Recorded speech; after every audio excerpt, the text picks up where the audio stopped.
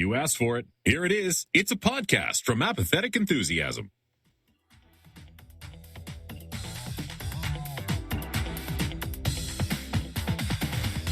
Coming to you live from part one of a two-part episode. We've never had two episodes so close to each other before, so we're kind of figuring it out one episode at a time here on Interdimensional RSS, the unofficial Rick and Morty podcast. Hello, everybody. I'm Travis. Hello, everybody. I am Brandon, and welcome to part one of our two-part special talking about two different episodes at two different times on two different RSS feeds. No, it's the same RSS feed.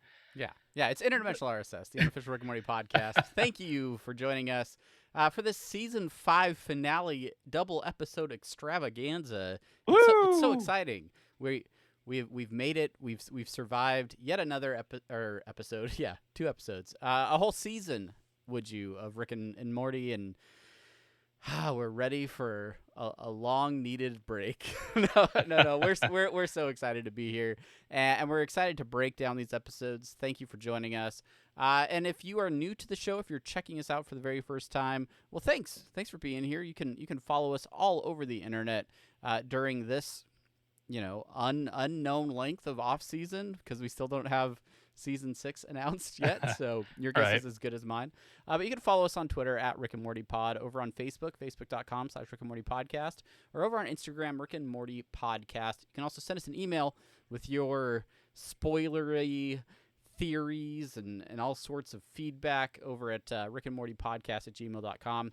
We are over on the subreddits, rickandmorty.reddit.com, and our subreddit, rickandmortypodcast.reddit.com. And then you can find us on our website, rickandmortypod.com. That's where you can find every episode of this show and a whole lot more. Not a whole lot more. Almost nothing more than these episodes. A whole lot more. A whole lot more. So much more. So much. All right, we are streaming live right now, right into your eye holes over at twitch.tv/Apathetic Enthusiasm. And you can catch video versions of the show over at youtube.com/Apathetic Enthusiasm. Hit the like button, subscribe, comment, do all those things, you lovely people out there in the YouTube space. Finally, you can support the show a couple of ways. You can go to our TeePublic, where we've picked out some t-shirts just for you. Go to apatheticenthusiasm.com/shop to go to our TeePublic page, or support the show directly, patreon.com/Apathetic Enthusiasm, where you can get bonus content and now at least 2 commentaries, Brandon? Yeah. The second commentary is out for episode 2 of Rick and Morty. That's right, Lawnmower Dog. It is out there. It is ready for you to consume through your ears. If you could sustain life through listening, you could sustain yourself. It's more like a junk food. It's more maybe like a Cheeto. It's high like a single calorie, Cheeto. low vitamin. It's a lot of complex carbohydrates. Yeah, in that. high sodium. There's lots of sodium. We're very comparable only to cup of noodles. There's so much sodium in a cup of noodle. I don't know if you've ever looked at the nutrition chart for it. Yeah, it's not good. It's not. It's good, like it's like a week's worth of salt. Yeah. If you're eating those instant ramens, that's just an assessment of where your life's at. Maybe you've messed things up with your family. You're in a studio apartment. Who knows? But you're welcome here. You're welcome here, and we're glad to have you. I had ramen this week. There's nothing wrong with it. It's delicious. All right. Let's do what we do every week. And ask the important questions. Brandon, how the heck are you? Travis, I am doing good. It's Labor Day here over in the continental United States. Hawaii, Alaska, sorry. No Labor Day for you. You gotta go to work. You gotta be on your best Pauhana behavior over there in Hawaii. But no, I'm doing good, man. Doing good. I built a gazebo. I visited some in-laws. I played disc golf this weekend. All in preparation for the Rick and Morty season finale. What about you? How are you doing today? I'm good. I'm excited. I rewatched the episode 3 times, I think. Whoa. Well, okay. I watched at least I watched a lot of Rick and Morty today because I went back, I revisited some older episodes. I'm excited. I'm excited for this finale podcast, and yeah, we're gonna have a great time. But the best way to get into the good times is by getting into our first segment, and that. Are you ready, Brandon? I think I'm ready. I'm ready. I'm gonna draw it out. We have nothing important to talk about. This will be our longest episode ever. No, we got to get right into semi-pertinent news.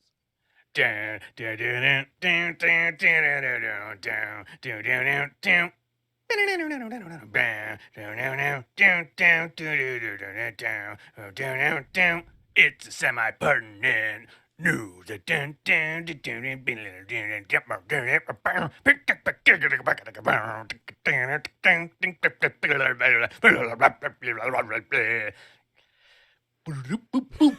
There it is. Oh, they're so pertinent. They're semi-pertinent news. Thank you, Brandon, for that theme song. Thank you. Send in your theme song submissions to @RickandMortyPod for next season. Yeah, all right. First up is a bit of news that was very hard to miss if you are in any way, shape, or form following the Rick and Morty news out on any form of social media. And that is that over this weekend, we got not one, not two, but 3 live-action ad bumps for Rick and Morty starring Christopher Lloyd and Jaeden Martell. These took the internet by storm, Brandon. It was quite a sight to behold. What did you think when the first one dropped early in the weekend? This weekend, for some reason, I've been waking up super early, and so I wake up and I'm like, I'm not drunk or anything, but I'm like in a haze, You looking just woke through up my drunk. Yeah. yeah. And this one popped up. I was like, oh shoot. And I was like, that's awesome. That's awesome. Took the internet by storm, as you said.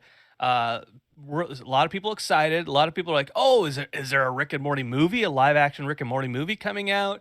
Other people being like, is it just a promo? Other people being like, no, it really should have been this other guy that was the Rick, and why is this guy Morty? They don't even do good accents of Rick and Morty. And there was somebody on Twitter, I think Kyle Starks maybe, who did the comics, who said that he had written a 60-second spot. And so he was kind of been like, oh, they only used I hope they used more than just his 15 seconds. And sure enough, over the course of the weekend, they popped up with 2 more scenes. One with Christopher Lloyd eating a pickle. Oh, and yes. then the second one rehashing the famous pilot scene of Rick standing over Morty as he's cringing on the ground. I thought it's so awesome. I think it's such a cool circle back to the original inspiration of Rick and Morty, Doc and Marty, which is then based off of Back to the Future, which a lot of people, we take for granted here, you and I, that we know this because we've done over 120 episodes of this podcast talking about Rick and Morty. But I take for granted that people don't realize that was the inspiration for Rick and Morty was Back to the Future. Yeah. I noticed that a lot on the subreddit chatter. People being like, "Why Christopher Lloyd? Why? That doesn't make sense. That's not who I would have fan cast." But I think it's a great nod, and the fact that they could bring the original inspiration of the character in for these promos is really cool. I think the production quality for the promos is awesome, and I'm excited that they decided to honor this season finale weekend by airing all 3 of those over the weekend. I have no illusions that this is in some way a full feature. There were moments chatter back and forth between the 2 of us where we're like, are they really gonna do a live action portion of a show? Is this gonna be something? But I think pretty quickly we talked ourselves into the idea that no, this is probably just an ad bump. This is just a cool way that they could represent the characters in a way that they hadn't done before. I thought they did a great job with the garage itself, and the set design was really well done. So yeah, it was just really cool to see these characters portrayed in live action, like we've sort of joked about for years and years. Yeah, and that's not to say there aren't going to be more scenes that eventually pop up, but we do know for sure that it's these 3 for now. Sure. I'm kind of expecting them to release another one after we air these, after we record these, as soon as we hit stop on the recording, a new one will come out. Yeah. So very, very, very, very cool. Very, very cool. Super cool to see. By the way, Jaeden Martell, if you don't know who he is from Knives Out. He was in Knives Out as a kid. He was also in the new Stephen King adaptation of It. He plays Bill Denbrough. So. Yeah. He also plays a character in an Apple TV series with Chris Evans. It's called like Defending Jacob or something like that. And he is the titular character, the son of a lawyer who is accused of murder or something like that. So really great series. And the only thing that I actually knew this actor from, but I was like, why do I know this kid? I like totally recognize him. And then it was from the Apple TV series. So yeah, check it out if you have Apple TV. If you don't, you're missing out on Ted Lasso. Anyway, Ted Lasso. Just wait. We got so much stuff to talk about in Apathetic Enthusiasm whenever we start producing that show again. Real quick aside on the live action ad bumps. Tie this into real quick the Reddit post of the week. The Reddit post of the week is all 3 of these videos. Basically, first one, 62,000 upvotes by MauryMan15 posting the link of the video, followed by the Pickle one, also by MauryMan, and then the third one, 100 Years Morty, by a Tasty Biscuit. Interesting, the user reports on the first video. Here, I'm gonna list them out. User reports: it's promoting hate based on identity or vulnerability. Just link the source. Why is this uploaded to VReddit? 1, null. 1, it's targeted harassment at someone else. 1, cringe. And then it's sexual or suggestive content involving minors. So these are your Reddit reports for the Reddit post of the week. There you go. Brought to you by the Rick and Morty subreddit. Thank you guys for not banning me from being a moderator for this. Okay, but let's move on into semi-pertinent news. Again, we got a lot of stuff. This is a 2-part episode, but we're only doing the semi-pertinent news for this one. From our Patreon, from old Nicholas Charles, he mentioned this to us a couple weeks back, and we hadn't had an episode since then, so it was actually fortunate for on that. But he writes that on the most recent episode of That Happens, which is a podcast with Spencer Crittenden and what's his name? Jeff Davis. Jeff B. Davis, yeah. Jeff B. Davis. So he said, which I caught on the live stream of schrabhomevideo yesterday. Producer Kevin Day asked Jeff whether he was the inspiration for Mister Nimbus, as some Redditors had been speculating. He said they had no idea, but certainly identified with the character, and basically he'd be flattered if there was an intentional resemblance. Only semi-pertinent, shooting it out about that happens. Jeff B. Davis being honored, potentially being Mister Nimbus. Yeah, and I mean, I think there are a lot of similarities between Jeff Davis, and Mister Nimbus. They're both tall, slender individuals. Both of them control the police. So, yeah, I think there definitely could be a similarity there. And Jeff Davis wears suits all the time. Mister Nimbus is a fancy fellow. I don't know. But yeah, if you haven't listened to That Happens, especially if you're a Harmontown fan, definitely check it out. They play one-on-one D&D on that show. So yeah, it's pretty good. Check it out over on schrabhomevideo and at your podcatcher of choice. One other bit of semi-pertinent news for the comic fans in the house. If you're not getting enough out of Rick and Morty comic books, we have something else that may appeal to you. Trover Saves the Universe is now available in comic book form. Tess Stone being the writer on these.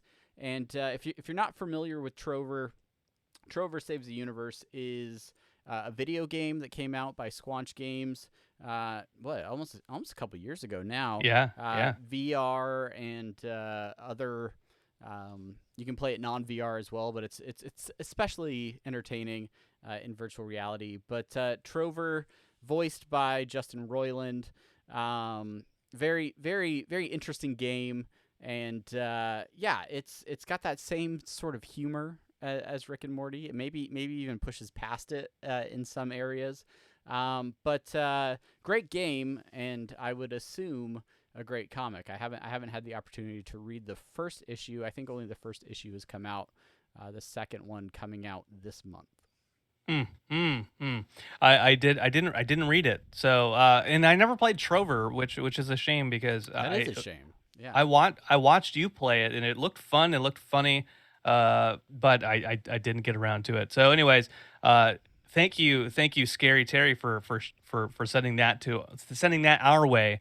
And if you have any news that you want us to cover on a future episode of Rick and Morty, especially if we are covering it here on Interdimensional RSS, be sure to send that to any of our social media accounts that Travis mentioned earlier. Speaking of Travis mentioning things, I think it's time that we move on to the Dan Harmon Social Media Minute.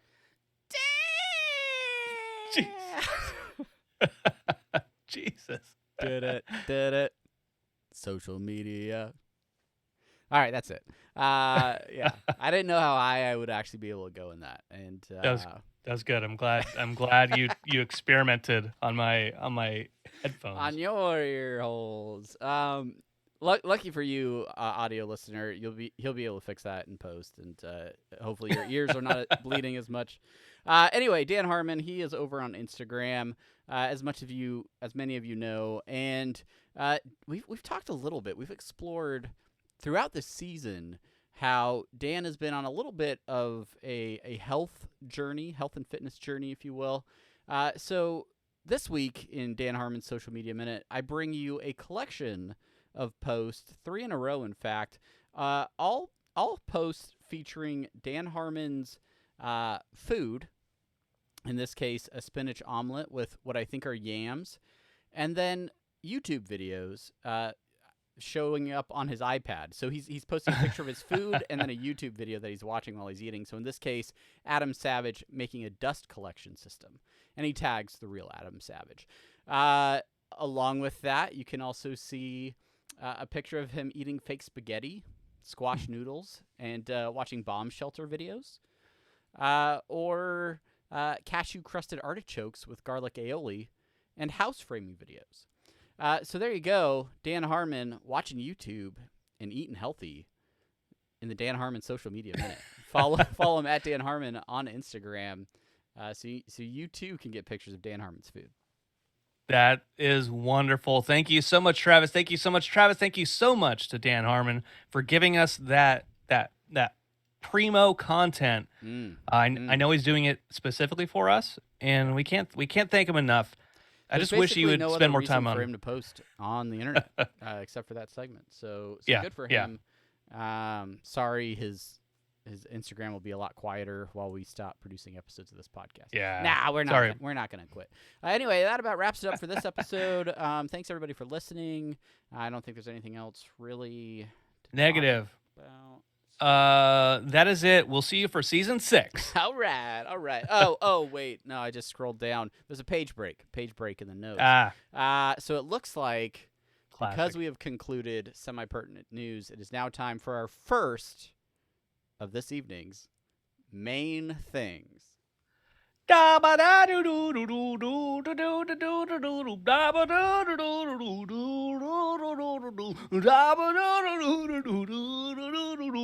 the main thing coming at you.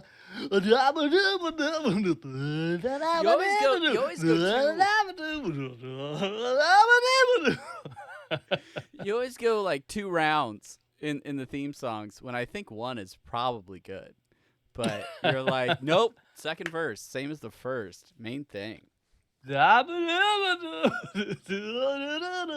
And for video viewers, they get to see me really lean my turtleneck into it. Is that what Randy Newman does for? Yeah, no, for... that's his secret, and you've shared it now on the internet. Great. Oh no! Oh, I love LA. Anyway, yeah, here we are. Also, you miss a lot if you miss the live stream or the video versions. You don't get the full theme song experience without all of your senses. So that's why we're bringing you Interdimensional RSS in Smell-O-Vision next season, season 6. Anyway, no, we're here to talk about episodes. We've got 2 of them to break down for you. First and foremost, we are going to cover episode 9. This is Forgetting Sarick Mortshall. And this was the first episode of a 2-episode evening that we got if you're watching live on Adult Swim. Air date September 5th, 2021. Written by Jaeden Thompson. Yeah. That's good. That's good. I was about to butcher it. I'm gonna stick with it. And Kyung-hee Lim. Sorry, I've been mispronouncing Shang-Chi for the last week as well, so I apologize to everyone for me being uncultured.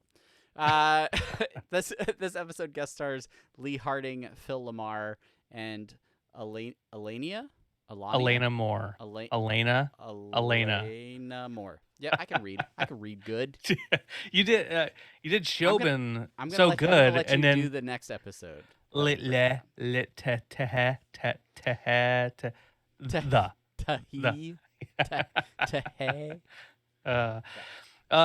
into our synopsis for this episode, 2 crows, bruh.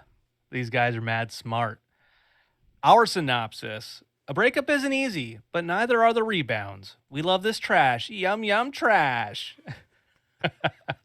There you go. So, yeah, this episode,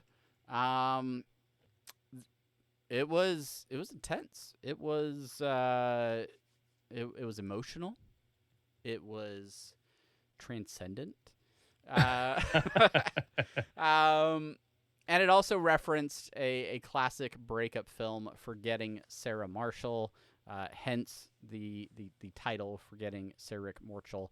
And yeah, this episode was really, at its core, kind of talking about breakups, where early on in the episode, we see Rick and Morty going their separate ways, Rick deciding to leave Morty for a couple of crows, and both of them finding ways to continue to go on after no longer being together. What were your sort of initial thoughts on this episode when you watched it the first time? Well, I want to shout out before we get into the actual episode. What I'm gonna say is in reference to the episode. Before, when the weekend started, before the finale happened, Adult Swim released the music video for the song that they play at the end of the episode. And I need to go catch that while you're talking. But they released like the music video, and so it basically outlined the plot. Essentially, they had clips from the episode all throughout the episode. So in many ways, it was spoiled that we knew that Morty and Rick would break up by the end of the episode. So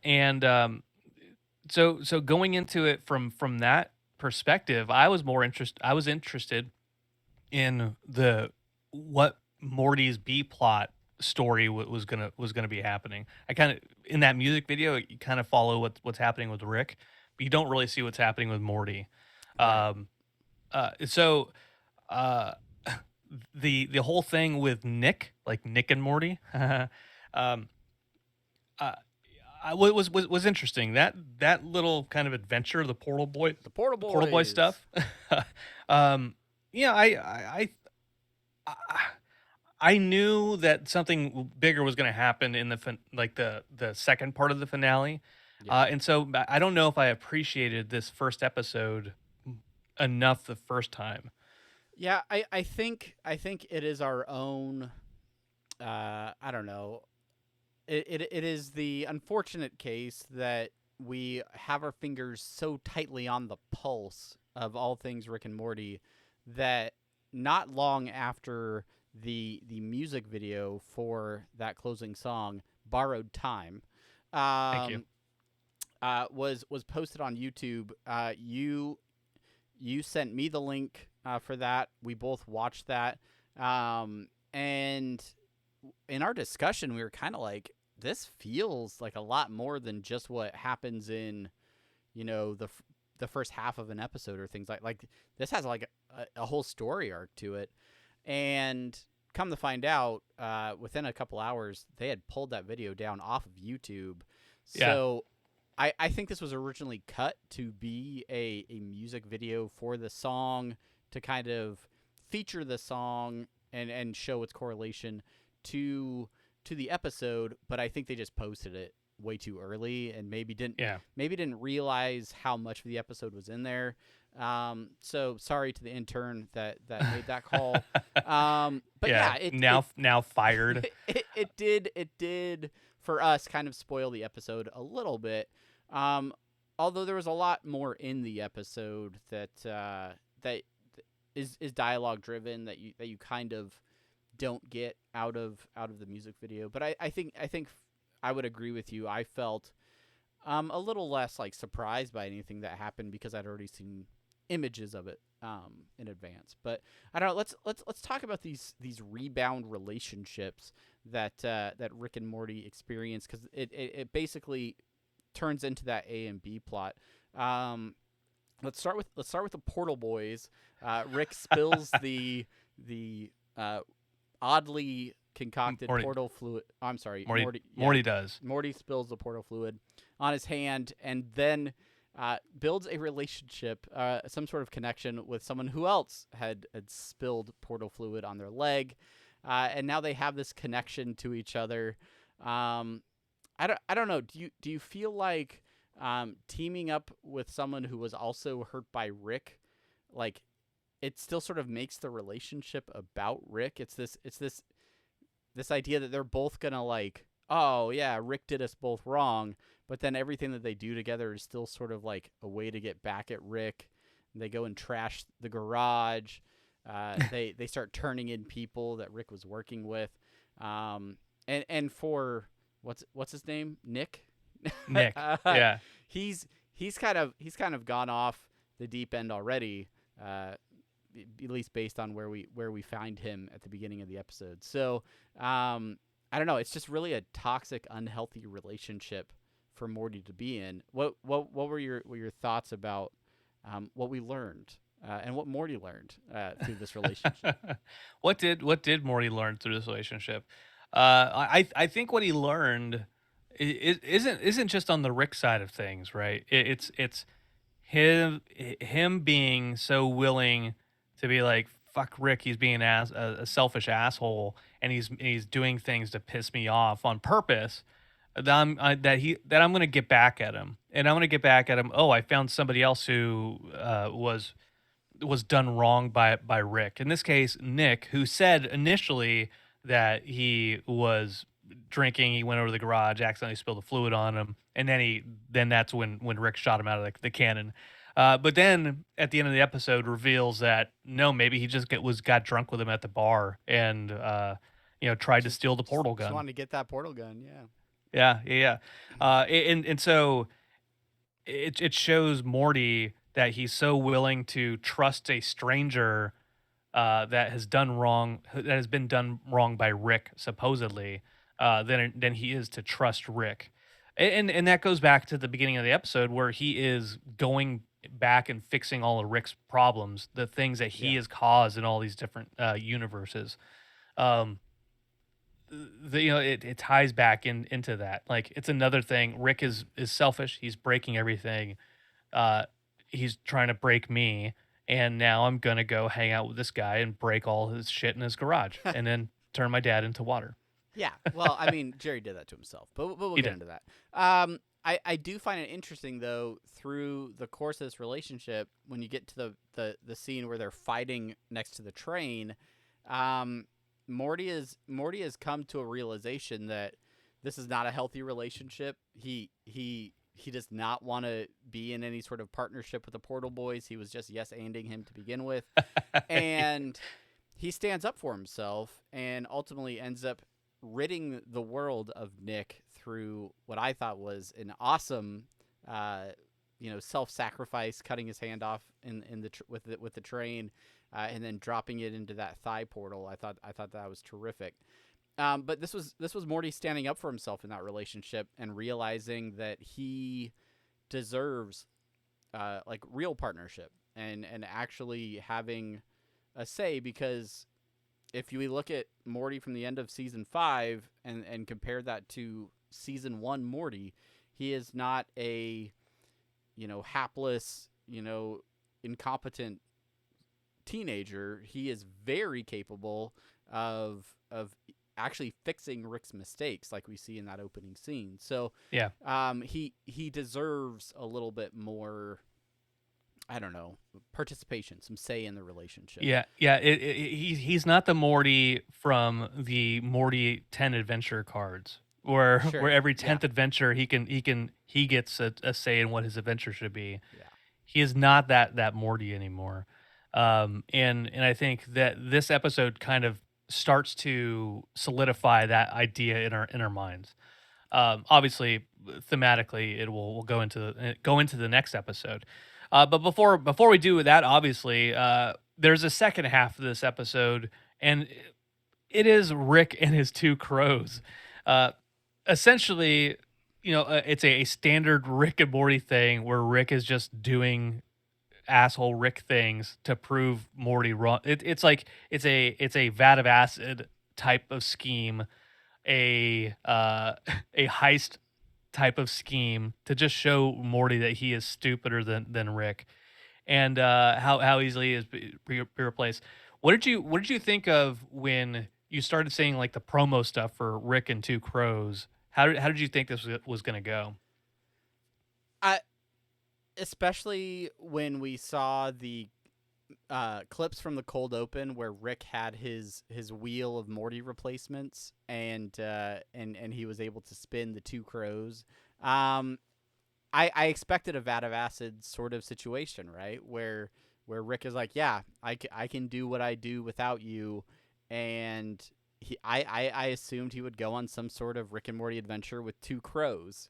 And this would be like a bit, and there'd be some sort of gag to it, and then in the end, yeah, all right, everything's fine, back to normal, simple, 22-minute adventure, but with two crows. And I thought that would be it. So when Rick really leans into this and really like embraces the partnership with the two crows, which early on, it starts out just as a bit, right? And he goes on an adventure with them, but the crows teach Rick empathy and show that caring for people is more important than some shiny bauble.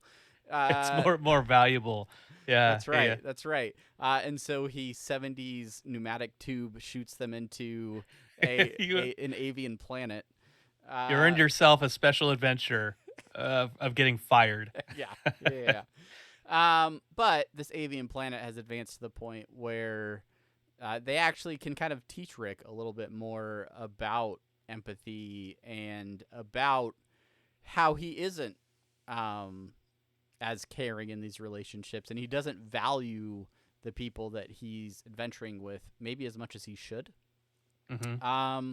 Which is interesting, and I think there is probably legitimate character growth in both characters, Rick and Morty, because of the relationships that they choose to pursue and the decisions that they make. And so the ending with him going off with the two crows at the end, giving up the portal gun like to Morty, still fixing his hand, right? And it's not like he doesn't care about Morty anymore, but he's more invested in these two crows who have stuck their wings out for him and helped him out. Like I don't know, it kind of caught me off guard in a way that if the follow-up episode hadn't been 3 minutes later, I I would have questioned a lot if we had received these episodes a week apart. I feel like this podcast talking about the episode would be a lot more speculative and been like, what is actually happening? Rick moved out of the garage. He's moved on. Is this setting up for some sharp change in the way that the series is going to go? How is this going to work? So yeah, I questioned it a little bit, knowing that I would get my answer not long after. But I don't know. What did you think about it? Yeah, you're right. Like, we knew it was a two-part, so we knew that we were going to get answers on what was going on immediately thereafter. Um, yeah, I don't know. I don't know. It's difficult to say. Like, you have on here the question, how do we feel if this was the end of an episode that didn't have another episode immediately after? And I think, again, we got the fingers on the pulse of Rick and Morty. We know way too much about the show, and we know when things are coming out and like production schedules and which is why is production episode number 4 coming out, number 7 and stuff like that. So we knew there was gonna be another episode. I think that some folks didn't necessarily know that there was 2 episodes tonight. Or that the finale was tonight. I saw some people on Twitter being like, "Oh, I thought the bird person episode was the finale." Right. Stuff like that, right? Even Adult Swim's kind of, their black screen with the white text. They even called out like, what was it they said? Do you remember? They said something I don't like, remember, but it was like, stick around. Like, there's still another episode. We know we'd get way too many tweets about this otherwise, or something like that. Too many mean tweets or angry tweets. Yeah. It was something like that. Just being like, we know there's another episode. Just hold your pants on, or something like that. So like, I think, because I was in the live discussion posts on Reddit, there were people who weren't satisfied with that episode. And if that was the season finale, this one episode, I think that people would have been like, in their head, solidified that season 5 is the worst season of the show. Sure. And that the show is never going to come back to its original greatness, because this is the best they came up with. Yeah. I saw also the critique that like the emotional beats, the episodes are rushed through, and there's not a lot of time to like sit and let things kind of seep in and reflect on things. I think we have the benefit of waiting till Monday night, the day after the episode comes out, to think about these things a little bit more. Sure. Because as you're watching it the first time around, it's a reaction, and you don't have time to react yet, and you don't have time to process those emotions and those thoughts.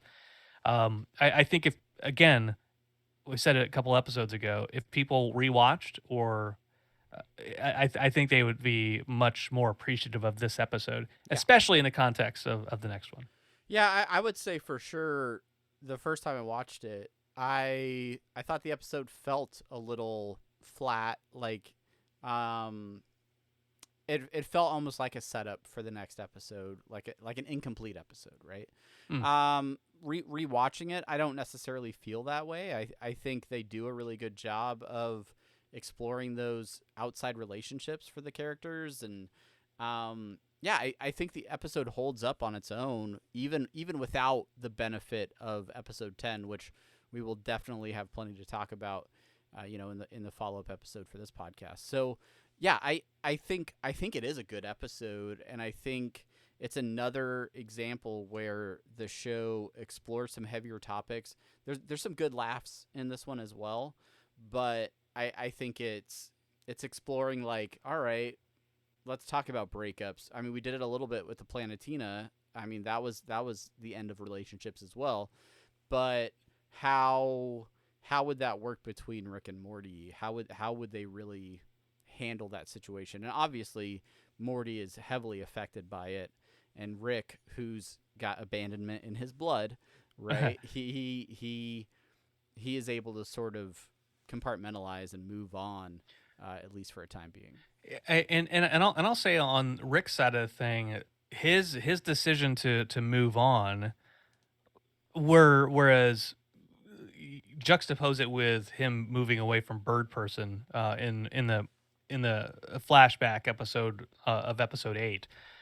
This wasn't like a self-serving thing in as far as Rick is concerned, right? It was he found empathy. He has said with very earnestly, like, our relationship is toxic, and I'm gonna do this stuff now, and you should continue doing the stuff that you do. And I think that is, it wasn't played for laughs. And even the dialogue between him and Morty, like, Morty was waiting for the bit to drop of like, okay, yeah, what's the line, or what's the gag, or whatever it is he says. And Rick doesn't offer that. Rick is serious. He's, again, earnest in him wanting to go on these adventures with these crows. And so I think that is a good way to segue into maintaining this kind of theme of breaking up toxicity. If you are good for the other person, and whether the person is good for you. And I think going into the next episode, we'll see that, like, that may exist, but as so long as people are willing to work on the relationship, they can become stronger for it. Yeah. So enough of that horse shit. Let's talk about our favorite bits. Because there's jokes. There's jokes in this show. We've got some favorite bits for sure. The first for me is the entire opening, like, cold open, where Morty is portaling around from place to place, cleaning up after Rick. I felt that the Cookie Planet was a little too on the nose, considering recent current events. If you rewatch the details in that one, it has some very geopolitical notes. But in general, I thought the idea of him going and just kind of cleaning up after Rick was really funny to see. I agree. I love, and I know there's going to be some merchandise for it, and I can't wait to buy it, to put it right next to my Rick's spaceship, the Morty's Solo Adventure bike spaceship. So good. It's the design choices that Rick has, and kudos to the production designers on the show who designed that spaceship. But it's fantastic. The conversion of the bicycle so that he can go get Rick's foot cream or whatever solo adventures Rick sends. Yeah, the Venetian foot cream. His, like, the little dish gloves. yeah, that he uses to drive the bike. That was great. Great new character in this episode. Shout out to Garbage Goober, who was hilarious in the episode itself. His little moment when he sneaks around and turns the wheel from, like, two crows to Garbage Goober as a potential sidekick, and Rick kind of blows him off. But then as we get to see in the post-credit stinger, Garbage Goober's got a doctorate from Harvard, and he doesn't have to do this, but he's already committed, and he loves that trash, yum trash. So yeah, I thought that was hilarious. Yeah, garbage Goober's a good guy. And you can tell, like, when he comes out and he's eating all that garbage at the beginning, he's just, like, so full. It's just like he's like breathing heavy. There's that clip like later on where he's just in the corner, just stuffed. Yeah, no, it's great. It's great. And so with the context of the post credit stinger that he doesn't really eat garbage, just emphasizing that more. Let's see, Puddle Jerry. Jerry breaking that thing. The first thing he breaks in the entire garage, and he immediately turns into a puddle of water or like an egg type stuff. Yeah, that's the part of it that I love the most. Is he's like, "All right, I'm in," and the first thing he ends up turning into a puddle. Like, waste no time. He's like, "Do I catch you at a bad time?" We talked a lot about the Wheel of Better Things than Morty. Some great options on there, including Kyle 2.0, Jerry, and then in parentheses, spin again. I Garbage goober. Garbage Goober's on there. Lots of great examples on there. I thought that was a hilarious bit. What else we got? The last one we have on here, the advanced avian planet crows. They come down. They see that the whole two crows thing was a bit, and so then they're gonna wreak havoc, and so they create this gigantic red beam, and it's like, we're gonna turn the crows against each other. Dozens of humans in a 300 meter radius. Yeah. It looks like this awful thing that's gonna take over the planet, and then it's only like, about a football field's away. Like it's not bad. Dozens of humans will be affected. So yeah, some great bits. Some best and worst parts of this episode. I thought that the mental hospital prison break sequence where they were using their portals together to kind of help each other fight their way out of a hospital that's just trying to help them out. But I thought that was a good sequence and a pretty. I thought all of the inventive ways that they used the on-body portals to fight. I thought those were really interesting. Yeah. It's like Rush Hour. That must make me Jackie Chan. Like, oh, okay. Yeah. Like you talk about all the inventive ways they use the portals in the fighting, the broom through the hand with the stick, but how Morty ended the Portal Boys. We mentioned just a little bit, like Morty sacrificing his hand and dropping that into the portal and having it all sucked back up again. Yeah, I mean, I there's a lot of stuff in the last two episodes that my head is trying to wrap around still. That is kind of one of them, but sure. I thought that was like so cool. Just like, and then like Morty with his lopped off hand, burning it in the jetpack to cauterize the wound. Solid. It shows a level of Morty's maturity that we definitely wouldn't have seen 5 seasons or like 4.5 seasons ago. He would have been flailing on the ground, freaking out, getting yelled out about 100 years Rick and Morty. But no, he's taking matters into his own hands. Which if we talk about 100 years or 1,000 seasons, the Rick and Two Crows closer for this episode where they're flying off in the spaceship and Rick is again ranting about 1,000 seasons. Rick and Two Crows, we're gonna do 16 episodes, 3 minutes long. Watch them on your sneakers. It's the future of viewing. So another great Rick rant to close out an episode, which I thought was fantastic. Royland's voice for that bit sounded. It sounded like it wasn't as refined a Rick as sure. we've had in the last couple of years.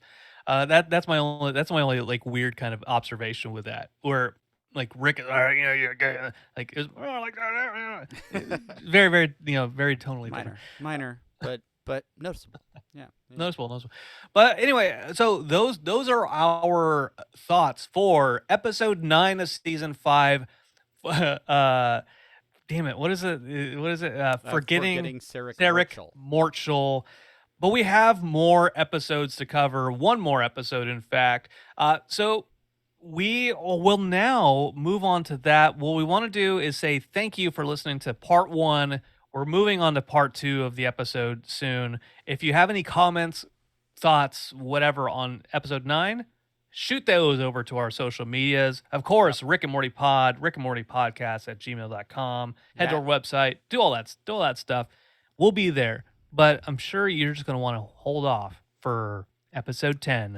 Let's not let this moment pass us by, right? Like this was a quality episode. So if you're watching on YouTube, leave a comment about Forgetting Sarick Mortshall.